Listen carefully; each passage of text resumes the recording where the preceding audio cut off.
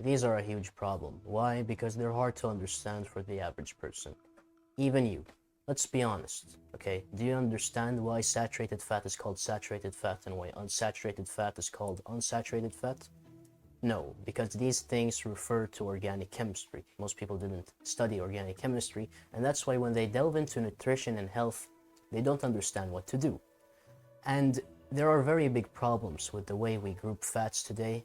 By saying saturated fat, we're making a huge mistake. If you say saturated fat is unhealthy, there is a fundamental misunderstanding of what saturated fat actually is, because this is a group of molecules. This isn't a specific thing. We're going to be looking at these. We're going to be looking at a little bit of organic chemistry. And yeah, the reason I'm making this video is because most people don't understand these, and I want you to understand these, okay? Your relationship to these will completely transform after watching this video. Anyway, let's begin. So, let's just begin with electron pairs and how atoms like to live. So this is H2O. As you can see, you have two H's, two hydrogens, and one oxygen atom. Oxygen wants two electron pairs. He really likes two electron pairs, and that makes him very happy. This is hydrogen. Hydrogen wants one electron pair to be very happy. That's why if you look at hydrogen, it usually looks like this. It comes in pairs. With oxygen, O2, as you always see it, it shares two electron pairs. So this two lines is a double bond. One line is a single bond. This is very important. Now carbon wants to have four. So, okay, so oxygen wants two, hydrogen wants one, and carbon likes to have four. This is very important. So that's why you can configure carbon in this way. Hydrogen gets one, each hydrogen gets one, and the carbon gets four. And now the carbon is very happy, and this big family is very happy together. That's how chemistry works. You're just trying to create families, and that's why you have molecules. Atoms come together and create families. So this is methane. CH4. Bam, that's methane. Now this is one carbon, right? You can have a carbon chain. This is a carbon chain. This is butane, if I'm not mistaken. So each carbon is getting four electron pairs. Each hydrogen is getting one electron pair, and they're all very happy, right? Now, you can get more fancy than this, because this is a very clean carbon chain with no additional things. You can add things to it, and then you can call it other things. So R represents anything, any carbon chain, anything really. This is a carboxyl group. Anything that has a carboxyl group is called a carboxylic acid. There are variations, of course, where you have several things that are called different things, and then the name becomes complicated. But to simplify, anything that has a carbon that is bound to a double bound to an oxygen, and then shares one electron pair with an oxygen that shares one electron pair with a hydrogen, is a carboxylic acid. Fatty acids are carboxylic acids, and that's why they're called fatty acids, okay? So if we continue down here, this is butyric acid. As you can see, this is the carbon chain we had earlier, but we've added a carboxylic group, or a carboxyl group, I should say. So if you look here, we said that we want oxygen to have two, and hydrogen to have one, and carbon to have four. If we count, this carbon is getting 1 and 2 from the oxygen, another one from this carbon friend, one from the oxygen, and this oxygen is getting one from the hydrogen. So they're all very happy, right? So this is a way of coexisting, and this guy is happy, okay? This is another way of writing out this. So these little mountains over here, each point is a carbon, and the hydrogens are automatically assumed here, okay? So this is a carbon and a hydrogen. This is a carbon chain, just like this guy. And at the end, we've got a double bound oxygen over here to the carbon, and this carbon is also bound to an OH. So you've got a carboxyl group at the end. So this is also a saturated fatty acid. This is butyric acid, this is stearic acid. And as you can see, the only difference between them is the length of the carbon chain. This has a very long chain. This has a very short chain. This is palmitic acid. It's not as long as stearic acid, but it's still pretty long. And again, the difference between this guy and this guy and this guy is just the length of the carbon chain. And here you've got Cu, which is the exact same thing as this, if you really think about it. You've got the carbon that is bound to the oxygen, and this is referring to the OH that's over here, the oxygen bound to the hydrogen. Now all of these are saturated fats. Okay, all of these are saturated fats, and you can find all of these in butter. Now we get to unsaturated fat. This is oleic acid, and as you can see, please notice at the end we have a carboxyl group, the exact same one that we would find over here and over here, the exact same thing, but for some reason it's flipped, so it's on the other side. Anyway, here we've got a carbon chain, just a completely normal carbon chain. Over here we've also got a carbon chain, again a completely normal carbon chain. But here in the middle we've got this. What is this? Well, you can assume just by watching this video that carbons only share single bonds between each other, but this is not true. Sometimes they share double bonds. So if you count here, you'd have to remove 2 hydrogens, which is why you don't have a hydrogen over here and over here, right? And that's because these carbons are sharing 2 between each other, so they only need 1 hydrogen to get 4. Again, they want 4 electron pairs, and now they're getting 2 from each other, so they only need 1 hydrogen over here and 1 hydrogen over here. And this changes the properties of the fat. Now this is called monounsaturated because it is unsaturated, and we'll get to that, but that's because there's only 1 double bond here. Okay, it's unsaturated because there is place for more hydrogens, so it's not saturated with hydrogens.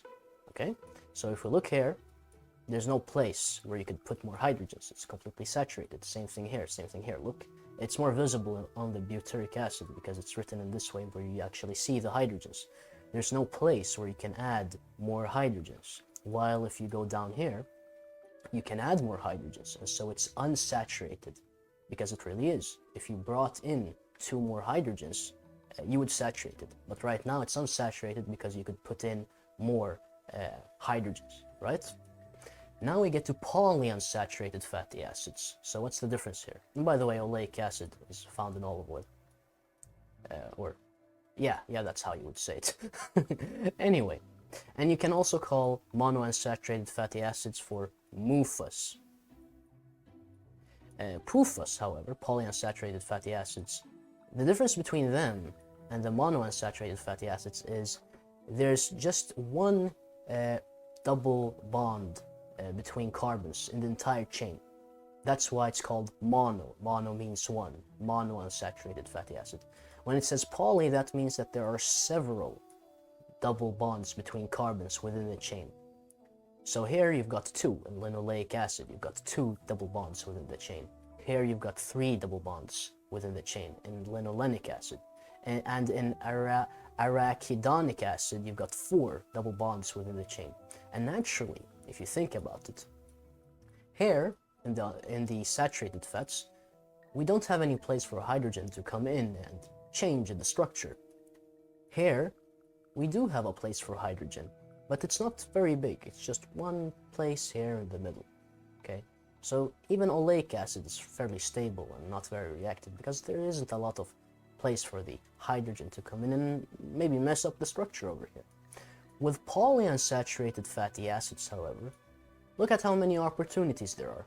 There's an opportunity here, in number 12, number 9. In linolenic acid, you've got 3 opportunities for a hydrogen to come in and mess things up. Here you've got 4 opportunities for a hydrogen to come in and mess things up. Mess things up. So that's why, as I mentioned in many of my videos, PUFAs are far more reactive than MUFAs. And MUFAs are more reactive than saturated fat. Okay? That's where the reactivity comes from. You might have heard of hydrogenated vegetable oils, and you might know that you turn something from this into something like this when you hydrogenate it. Margarine looks exactly the same as butter. But why is that?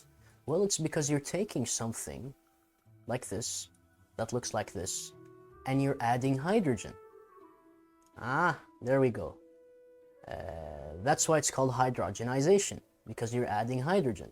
You're saturating the chain by adding hydrogen, and suddenly the chain looks like this, but a little bit different, of course. And so you get margarine.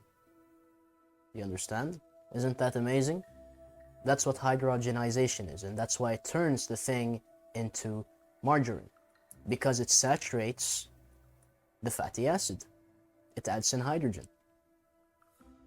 Absolutely amazing. Anyway, now for the very important point of the video. Let me ask you a question.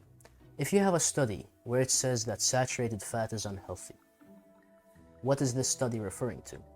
It's referring to nothing, isn't it? Because look here, all of these are saturated fat, right? Butyric acid, stearic acid, and palmitic acid. They're all saturated fat, but they're very different, and what they do in the body is very different, right? Same thing with all saturated fats. Same thing with the one in coconut oil, okay? Same thing with the ones in butter. They're all very different from each other, and they do very different things. So how can a study say that saturated fat is unhealthy? What are they referring to? They're referring to nothing whatsoever, okay? And this is why dietary fat doesn't exist. This is why these guys don't exist. These are groups. This is not what you're consuming. There are specific molecules within these foods that you're consuming. Butter and olive oil and vegetable oils, which I hope you're not consuming. At least not the processed ones. You're never consuming these guys. You're consuming different ratios of things that belong to these groups. Okay, you're consuming butyric acid. You can consume butyric acid. You can consume stearic acid. You can consume palmitic acid. And yes, you would be consuming saturated fat. But saturated fat itself has no inherent existence in nature. It's just a name for these things. This is what exists. Saturated fat does not exist. Monounsaturated fat does not exist.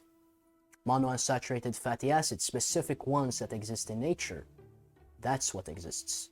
Polyunsaturated fatty acids, they don't exist. That's a group. What exists is linoleic acid and linolenic acid and arachidonic acid. These exist, okay? And I really want you to have this understanding. The chemistry isn't all that important, but the understanding of each fatty acid is different. And dietary fat itself doesn't have any inherent existence because it's all specific molecules. And if we're looking at health, we should be looking at these different molecules. We should be looking at them as oleic acid and linoleic acid and butyric acid and stearic acid and palmitic acid. We shouldn't be looking at it as saturated fat and unsaturated fat, because that's just stupid, because the saturated fat is divided up into thousands of molecules, okay? Some of them we can find in food. And with that said, go and achieve excellent health. I know you can do it.